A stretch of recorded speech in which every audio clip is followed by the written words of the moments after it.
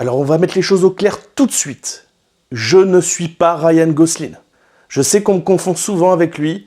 Alors il y en a qui le trouvent hyper beau gosse, donc je peux comprendre la confusion. Mais non, je ne suis pas lui. Donc je préférais être transparent, je préférais ne pas jouer sur ma ressemblance pour pouvoir avoir plus de gens qui suivent ma chaîne. Mais je dois quand même vous dire quelque chose, c'est que certaines personnes trouvent qu'il a le charisme d'une huître. Et ben moi, je trouve que non, je trouve qu'il a plutôt... et je dis pas ça parce qu'il me ressemble, je trouve qu'il assure plutôt bien. Et justement, on va parler de son dernier film, The Fall Guy. Bon, aujourd'hui on parle de mon sosie Ryan Gosling et aujourd'hui on parle de son dernier film The Fall Guy. Alors de quoi s'agit-il exactement?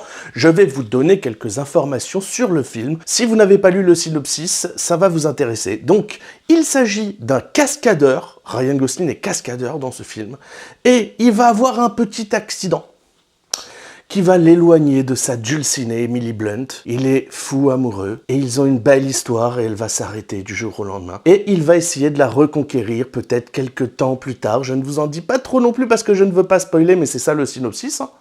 Et donc, il va essayer de la reconquérir et de la soutenir parce qu'elle est devenue réalisatrice, parce qu'avant, elle travaillait avec lui sur les films.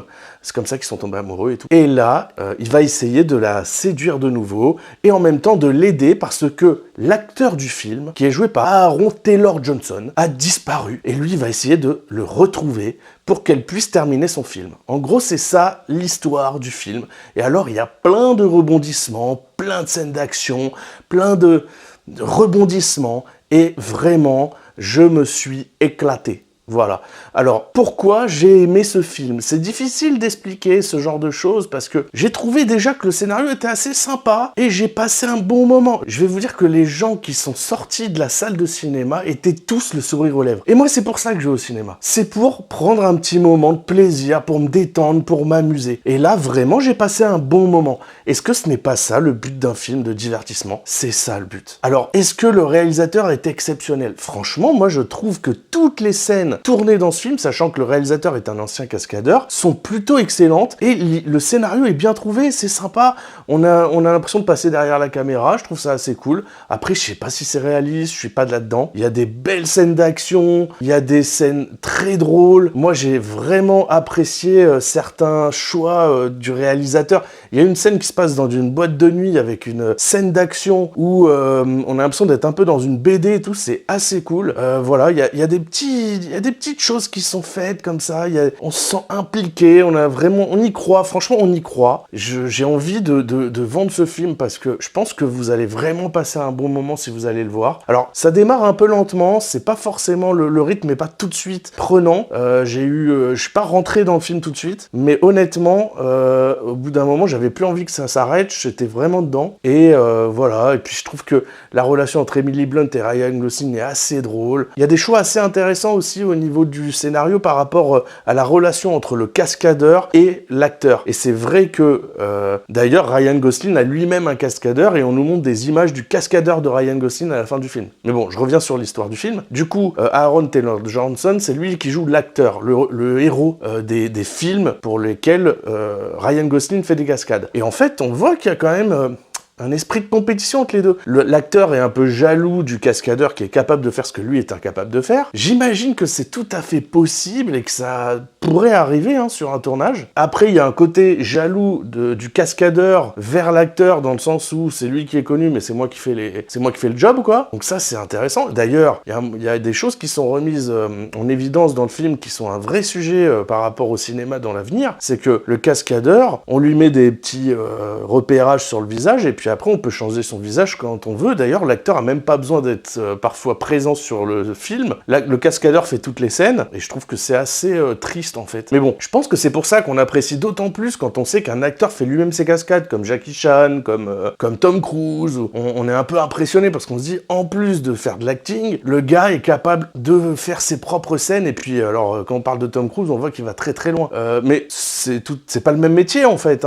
Il faut bien qu'il y ait des cascadeurs, mais c'est vrai qu'ils sont peut-être peut-être pas mis assez en valeur dans le cinéma, et je trouve que c'est bien qu'un réalisateur ait fait un film qui mette en valeur le cascadeur. Alors vous allez me dire, il y a peut-être déjà des films qui ont fait allusion à ça, je crois qu'il y en avait eu un avec DiCaprio et Brad Pitt, mais franchement, je me rappelle que je m'étais ennuyé, j'avais pas aimé ce film. C'est pas intéressant ce que je suis en train de dire, hein, je crois, par rapport à...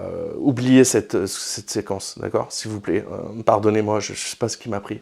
Mais en tout cas, voilà, l'histoire... et après, alors, la petite histoire d'amour entre Emily Blunt, vous allez me dire, c'est un peu osef et tout. Bah moi, j'aime bien, voilà, j'aime bien quand il y a des histoires d'amour, c'est mon côté romantique, vous le savez, je suis un romantique, moi. Donc moi, Emily Blunt qui lui envoie des petits pics parce qu'il revient dans sa vie alors qu'il a trop traîné pour revenir, etc.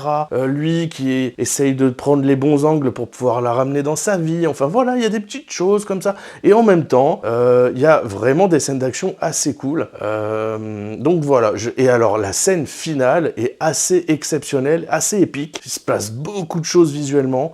Et alors, bon, je vous en dis pas plus, mais la toute dernière scène d'action du film, moi, je l'ai trouvée trop belle, quoi. Voilà, c'est tout. C'est tout ce que j'ai envie de dire sur The Fall Guy. Je trouve que c'est un film qui mérite d'être vu. Je pense qu'il y a un bon budget derrière, à mon avis, parce que c'est vraiment impressionnant visuellement. Il y a des scènes d'action complètement dingues. C'est assez kiffant. Et j'ai eu l'impression... Alors après, il nous montre un peu des images de Behind the Scene.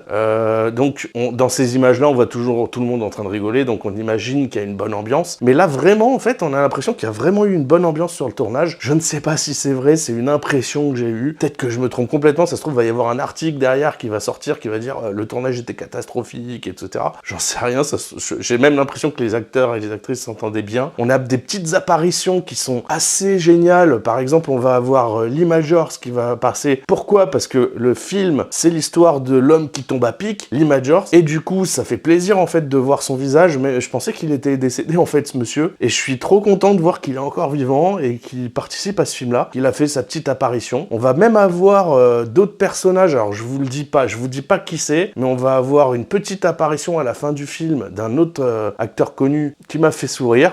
Voilà. Donc je vous en dis pas plus, foncez voir ce film au cinéma, vous allez passer un super moment. Il n'y a pas trop de violence, c'est plutôt des cascades, des scènes d'action. D'ailleurs, j'ai oublié de vous parler d'une scène d'action sur route. Franchement, ça se voit que c'est pas sur effets spéciaux, ça se voit que ça a été tourné dans les rues de la ville et tout, c'est vraiment très sympa. Et c'est assez rare pour être souligné parce qu'aujourd'hui, il y a plein de scènes d'action, de voitures, etc. qui sont tournées avec des fonds verts. Et là, moi, j'ai pris mon pied à regarder ça, en fait. Je vous laisse aller découvrir ça au cinéma. Si vous avez aimé ma vidéo, n'hésitez pas à vous abonner à ma chaîne et bonne soirée.